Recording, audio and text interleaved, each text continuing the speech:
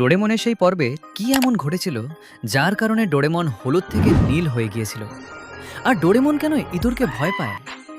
আপনি কি জানতেন জ্যাকের একজন প্রেমিকা ছিল এবং তাদের একটি ছোট সন্তানও আছে? আর মোটু পাতলু কি বাস্তবে আছে? আপনি হয়তো এটাও ভাবছেন যে টম এবং জেরি একে অপরের শত্রু। যদি তারা শত্রু হতো তাহলে টম তাকে টুকরো টুকরো করে খেয়ে ফেলত। জ্যার আসল সত্যতা আপনি এই ভিডিওতে জানতে পারবেন। তাহলে আর দেরি কেন, চলুন দ্রুত ভিডিওটি শুরু করা যাক। প্রথমত, আপনার কি মনে হয় টম এবং জেরি শত্রু ছিল, নাকি পুরোটাই ছিল অভিনয়? ছোটবেলা থেকে আমরা দেখেছি টম সবসময় জেরিকে তাড়া করত এবং জেরি তাকে মারধর করত। কিন্তু একটি তত্ত্ব বলে যে টম এবং জেরি শত্রু ছিল না, বরং সেরা বন্ধু ছিল। ভেবে দেখুন তো, টম কতবার জেরিকে ধরেছিল, কিন্তু কেন সে তাকে কখনো খায়নি?